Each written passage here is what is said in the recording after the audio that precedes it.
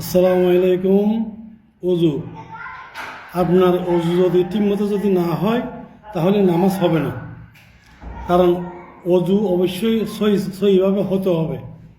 তো অজু অনেকে করে যে ঠিকমতো হয় না। আপনাকে অবশ্যই পুরা প্রথমে এই দুই হাতের ইয়া পর্যন্ত কোনো পর্যন্ত ধুইতে হবে, এটা পর্যন্ত।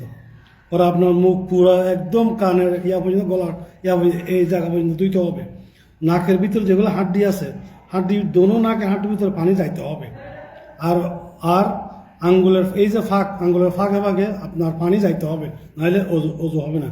অনেকে হাত ধুই যে ফুল হাতে এরকম করে দুই যে, কিন্তু এই যে চামড়াগুলো, এই যে চামড়াগুলো এরম করলে বড়ে যায়, কিন্তু এই চামড়াগুলো পানি এরম করলে ঢুকবে না।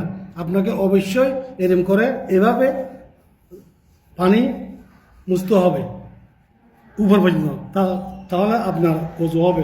আরও একটা কথা, পায়ের আঙ্গুল, এই যে পায়ের দুনো পায়ের আঙ্গুলের এই যে ফাঁকে ফাঁকে আঙ্গুল দিয়ে পানি এভাবে ঢুকিতে হবে, এবং পায়ের মুড়ি যেগুলো আছে পিছনে এইভাবে ধুইতে হবে উপর পর্যন্ত। কারণ আপনার অজু যদি সহি যদি না হয় তাহলে আপনার নামাজ হবে না। তাহলে ওই নামাজ পড়ে আল্লাহ কি, আপনাকে প্রথমে সহিভাবে অজু করতে হবে। ঠিক আছে? আমার কথা যদি আপনার যদি মানে বিশ্বাস না হয়, তাহলে আপনি যে কোনো একটা মকসিদুল মুমিন, যে কোনো একটা আলেম থেকে আপনি জিজ্ঞেস করবেন।